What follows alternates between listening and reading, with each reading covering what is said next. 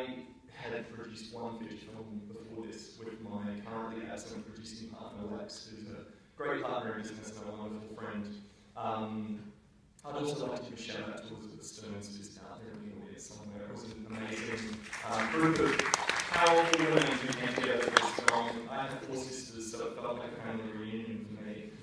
My eldest sister is a voracious reader. I said to her on a trip back to Australia one day, what a year it would make you a film. We had lost our mother to a 9-year-old with brain tumours, which, although a different disease, was a very similar process, and she obviously had a very direct personal response to the book, which I subsequently had.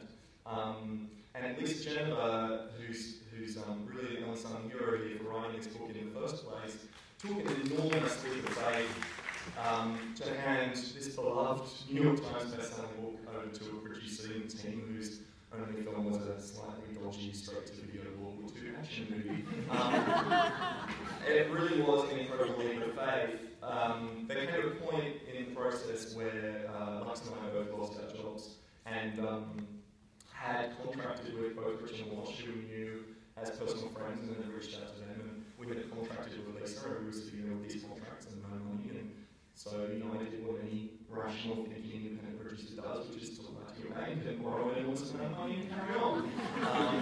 I think you have all seen the film, obviously. The day that Julianne signed on, she was the person that we always imagined playing this role. She was the person that Lisa Jennifer, who wrote this book, always imagined.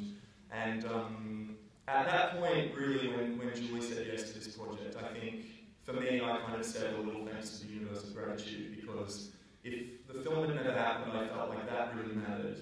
And it was, it sounds like a kind of selfless thing, but in a way it was an incredibly selfish one, because frankly, I long ago bought a ticket to a movie by these gentlemen starring these wonderful women, and I know that if I